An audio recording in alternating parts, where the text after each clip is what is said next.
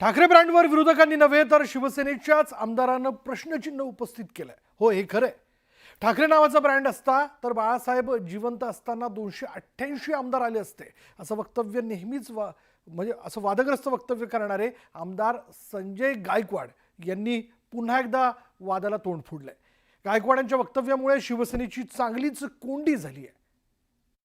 ठाकरे नावाचा ब्रँड असता तर बाळासाहेब जिवंत असताना 288 आमदार आले. ठाकरे नावाचा ब्रँड असता तर बाळासाहेब जिवंत असताना 288 आमदार आले. आमदार संजय गायकवाड ते त्यांच्या वादग्रस्त वक्तव्यांसाठी ओळखले जातात. संजय गायकवाड रोखठोक वक्तव्य करून विरोधकांवर तुटून पडत असतात. मात्र यावेळी संजय गायकवाड यांनी असं वक्तव्य केलंय की त्यांच्याच पक्षात पार दाणादाण उडाली. ठाकरे बंधूंवर बोलत असताना संजय गायकवाडांनी ठाकरे ब्रँडवरच नव्हे तर शिवसेना प्रमुख बाळासाहेब ठाकरेंच्या कर्तृत्वावरही एक प्रकारे सवाल उपस्थित केला. 15 वर्ष आधी एकत्र आले असते तर काहीतरी परिणाम जाणवला असता, पण बाळासाहेबांचा विचार सोडून उद्धव साहेब केले, त्याच्यामुळे आज हिंदुत्व शिल्लक राहिले नाहीये. आणि राजसाहेबांनी देखील या सगळ्या गोष्टीला टाळी देण्याकरता खूप उशीर केलाय. मला वाटत की याचा काही फार फरक महाराष्ट्रात पडेल.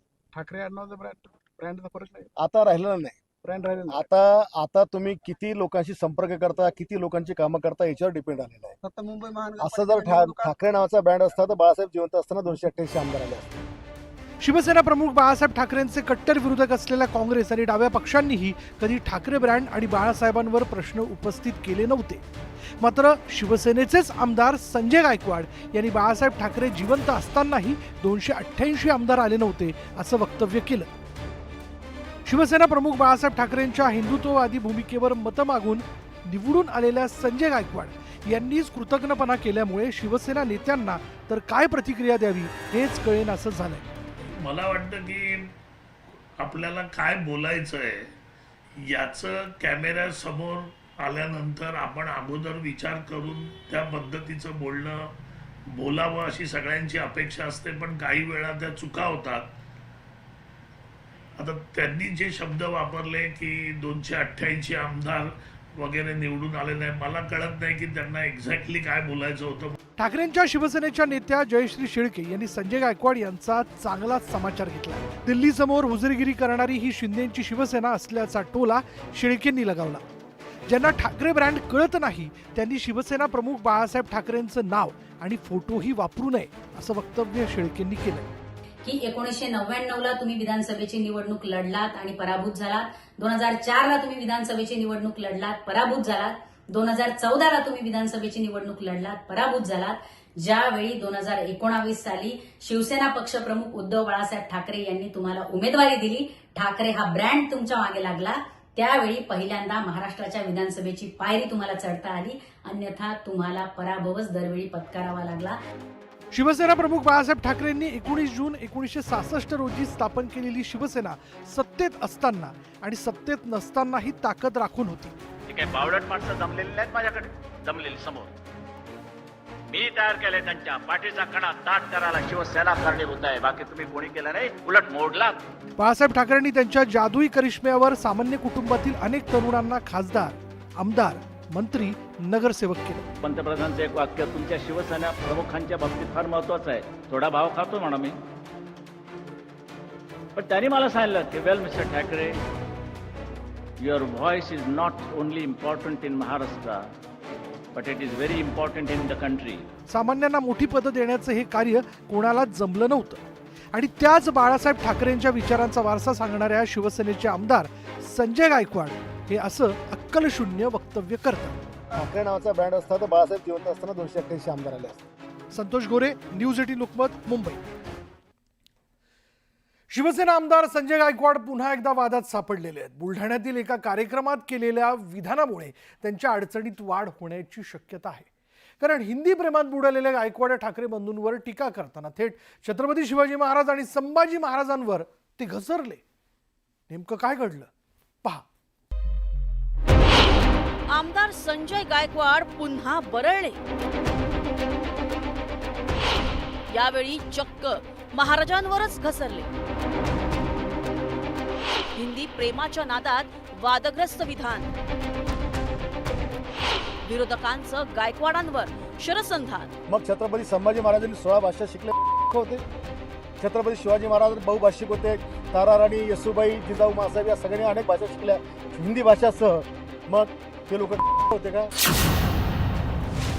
हिंदीच्या मुद्द्यावरून सुरू झालेलं राजकारण काही केल्या थांबण्याचं नाव घेत नाही. ठाकरे बंधूंची मराठीच्या मुद्द्यावर एकी झाल्यानंतर सत्ताधारी नेत्यांकडून ठाकरेंना लक्ष केलं जात आहे. पण हिंदीविषयी प्रेम दाखवण्याच्या नादात बुलढाण्याचे शिवसेना आमदार संजय गायकवाडांनी पुन्हा एकदा वाद निर्माण केलाय, ज्यात त्यांनी थेट छत्रपती शिवाजी महाराज, छत्रपती संभाजी महाराज यांच्यासह संपूर्ण भोसले कुटुंबाविषयीच वादग्रस्त विधान केलंय. KG1, KG2च्या इंग्लिशच्या सूट शिकता जिथे MPSC शिक्षण होतं तिथं तुम्ही हिंदी तुम्हाला कंपल्सरी, मग तुमच्या पोरांना तुम्ही हिंदी नाकारता का तिथे शिकायला? सगळा कोणता मुंबईकर नाकारतो, कोणता ठाण्यावाला नाकारतो. आणि आज हिंदीच काय, तुम्हाला जगामध्ये टिकायचं असेल तर सगळ्या भाषा अवगत आल्या पाहिजे. मग छत्रपती संभाजी महाराजांनी 16 भाषा शिकले, मग छत्रपती शिवाजी महाराज बहुभाषिक होते. ताराराणी, येसूबाई, जिजाऊ मासाहेब या सगळ्यांनी अनेक भाषा शिकल्या हिंदी भाषासह. मग ते लोक का? खरं तर आमदार संजय गायकवाड नेहमीच कुठल्या ना कुठल्या वादात सापडत असतात. समोरच्यावर टीका करताना गायकवाड वादग्रस्त बोलले नाहीत असं सहसा होत नाही. पण यावेळी त्यांनी हिंदी प्रेमापायी थेट छत्रपतींविषयी आक्षेपार्ह विधान केल्यानं विरोधकांनी टीकेची झोड उठवली.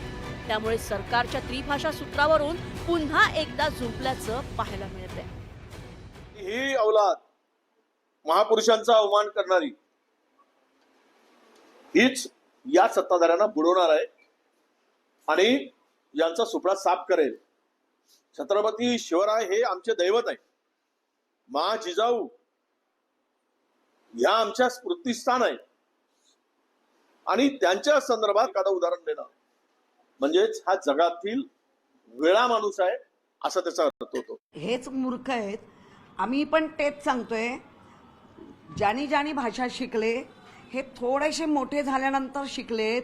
आपल्याला इंग्रजी भाषा ही व्यापारी भाषा आहे. ह्या फडणवीस साहेब आपले माननीय मुख्यमंत्री यांनी तर सांगितले, आम्ही कुठल्याही भाषेचा अनादर केला नाही, पण सक्ती नाही करायची आणि 1ली ते 4थी तर नाहीच नाही. संभाजी महाराजांचा आदर्श तर आम्हाला आहे, ते आमचे छत्रपतीच होते. पण शिवाजी महाराजांनी राजकोष सुद्धा मराठी भाषेतच केला होता, हे विसरलेत का ते? कसं आहे, परकीय आक्रमण जेव्हा होतं ना ते प्रथम भूमीवर होतं. भूमीवर आक्रमण झालं की त्याच्यानंतर ते भाषेवर आक्रमण होतं.